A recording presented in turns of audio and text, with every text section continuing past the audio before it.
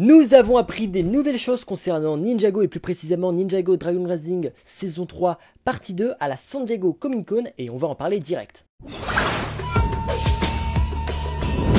Retrouve-moi en live du dimanche au jeudi 21h-22h sur Twitch. Imite Lloyd STP. Bah voilà, c'est imité. Bon bref, du coup, de la San Diego Comic Con, on a eu ce petit trailer du coup qu'on a déjà regardé.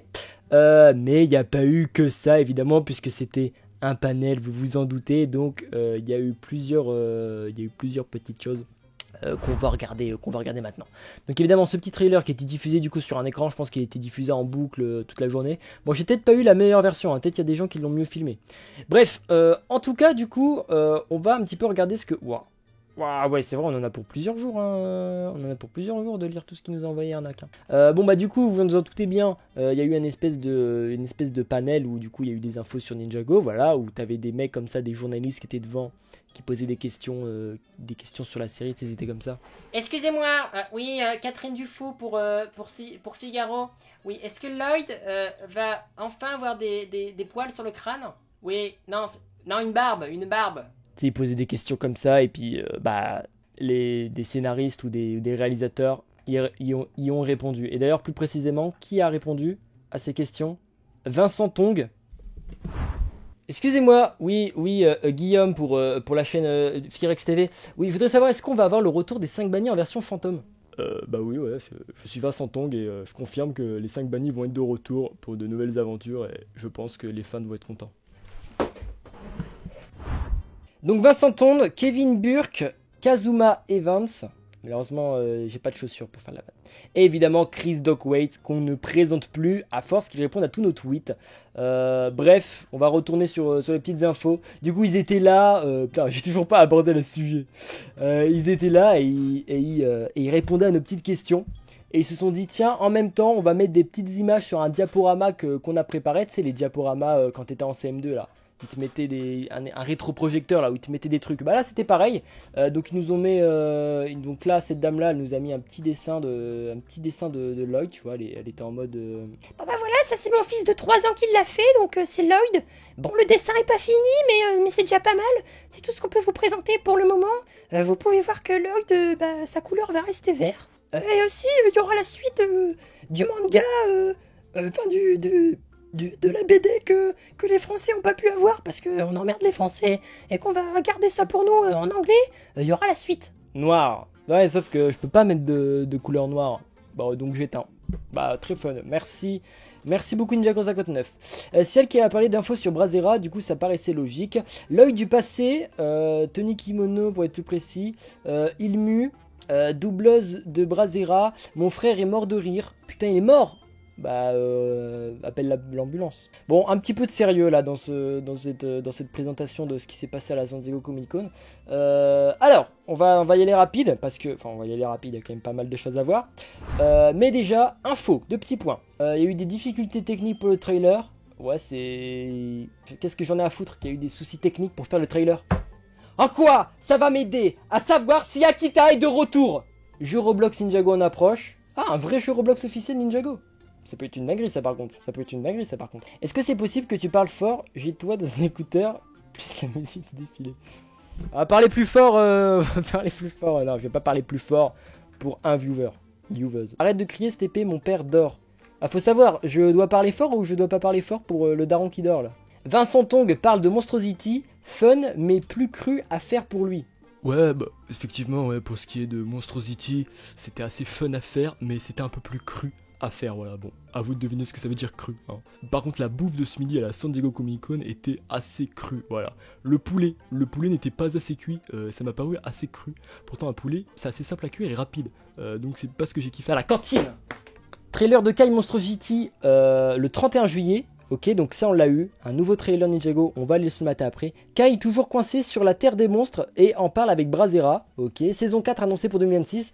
Là c'est officiel, on aura la suite de Ninjago Dragon Rising. La saison 4 explorera de plus de royaumes de terre et mettra les ninjas dans des lieux sa situation émotionnelle.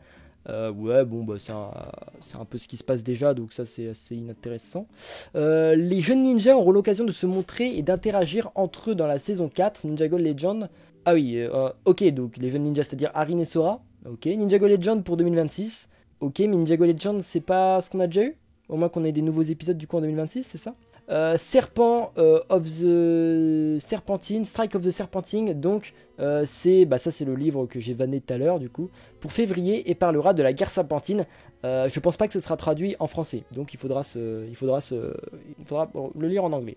Vous pensez qu'il y aura une avant-première Ninjago partie 2 saison 3? En vrai je pense pas. Après, je crois qu'il y a eu des trailers au coup, hein. On les regardera tout à l'heure, mais je crois qu'il y a eu des trailers au coup pour un événement du genre, hein. Parce que je crois que ça parlait d'avant-première. Après, généralement, ils font les avant-premières des parties 1 de saison et pas des parties 2, de ce qui s'est déjà passé les dernières années. Ça m'étonnerait. Après, effectivement, Oku l'évoquait dans ce trailer, donc on ira y revenir. On y reviendra. Ensuite, du coup, pour ce qui est de la suite du compte-rendu de la SDCC, les fans, ou les journalistes, plus les fans, je pense, ont posé ont posé des questions, du coup. Ici, du coup, on a des petites infos un peu croustillantes. Alors, peut-être ce sera un peu mieux que ça, parce que j'avoue que ça... c'est pas que j'ai pas confiance, mais c'est étant donné que ça vient d'une retranscription du panel de la SDCC. Je sais pas si c'est vraiment fidèle. Zart est un loup de la même tribu que Noct et Rox. Retour d'anciens méchants, pas de réponse, mais oui, continuez à regarder. Donc peut-être dans les futures saisons, notamment pour le maître de race. Processus de création des nouveaux éléments, un mélange de choses avec la fusion, c'est fait pour être instable. Je n'ai rien compris. Histoire intense pour Daret. Tout est possible avec Ninjago. Ok. Tima et canon Panexonite. Évidemment. Ça, je sais pas qui a posé cette question, mais au moins on a une réponse officielle. Il n'y a pas un an d'écart entre les saisons 2 et 3. Mais c'est quoi ces questions qu'ils ont posées? Ok, la temporalité, ça veut rien dire Ninjago. Bon, bref. Pourquoi le rouge dans le Spinjitsu d'Arin? Et il y a eu la réponse. Faites attention aux détails. Ok, intéressant. Moi de toute façon je regarde toujours les détails, hein. Pas de retour des parents de Lloyd dans un futur proche. Donc de Wu et de Wu. Pauvre Wu qui devient le daron de Lloyd. Cheveux de Jay. Pas une décision du scénario. Ok. Ça veut dire que c'était ça veut dire que c'est les créateurs qui ont décidé. Enfin ça veut dire que c'est ceux qui ont fait les sets qui ont décidé qu'il avait changé de coupe. Parents de Brazera. Pour les parents de Brazera, pas le sujet dans l'immédiat, mais les scénaristes connaissent l'histoire. Donc on sait ce qui leur est arrivé, mais pour l'instant c'est pas prévu qu'ils le racontent dans l'histoire de Ninjago. À quel moment se passe Chima? Donc on n'aura pas d'infos dans Dragon Rising, assez dommage, mais peut-être dans un autre média. Donc ça veut peut-être dire dans Ninjago, dans une web série, ou dans Ninjago Legend, ou dans Ninjago Monstrosity. Ça m'étonnerait évidemment, mais s'ils disent dans un autre média, ça veut dire dans un autre épisode ou dans un autre truc du genre quoi. Pas de durée déterminée avant et après la diffusion, ça n'a pas été établi. Oui bon ça tout ce qui est temporalité, c'est-à-dire année, combien ça s'est écoulé machin. Ça c'est toujours un truc qui est assez imprécis dans Ninjago et qui est pas vraiment important.